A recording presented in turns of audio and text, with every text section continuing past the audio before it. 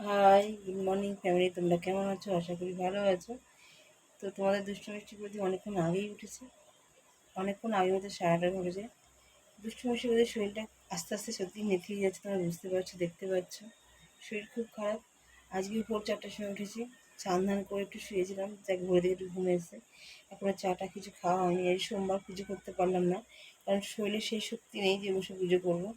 তাই বাবা ভোলানাথকে এখান থেকে প্রার্থনা করছি, বাবা ভোলানাথ যেন আমার ভালো করুক, তোমাদেরও ভালো রাখুক, তোমাদেরও মঙ্গল করুক। তো শরীরটা এতটাই খারাপ, তো চা করেছি, টিফিন খেতে হবে, ওষুধগুলো আছে খেতে হবে। তো ওই জন্য একটু আসলাম। ভাই ঘরে রয়েছে, দাদা ভাই কাজে বেরোবে। কাজ না করলেও তো হবে না, না। কাজ না করলে তো ওষুধ ইনকাম না করলে পয়সাগুলো ফোনে পয়সা না আনলে থেকে শুধু আনবো। তো তোমরা আমার পাশে থেকো, আমাকে সাপোর্ট করো, তোমাদের কাছে একটাই প্রার্থনা করছি। আর তোমাদের সকলের দিনটা ভালো যাক, খুব ভালো কাটুক এই প্রার্থনা করি। ভালো থেকো, সুস্থ থেকো। আর সব থেকে বড় কথা, যে নিজের মুখে গুড মর্নিং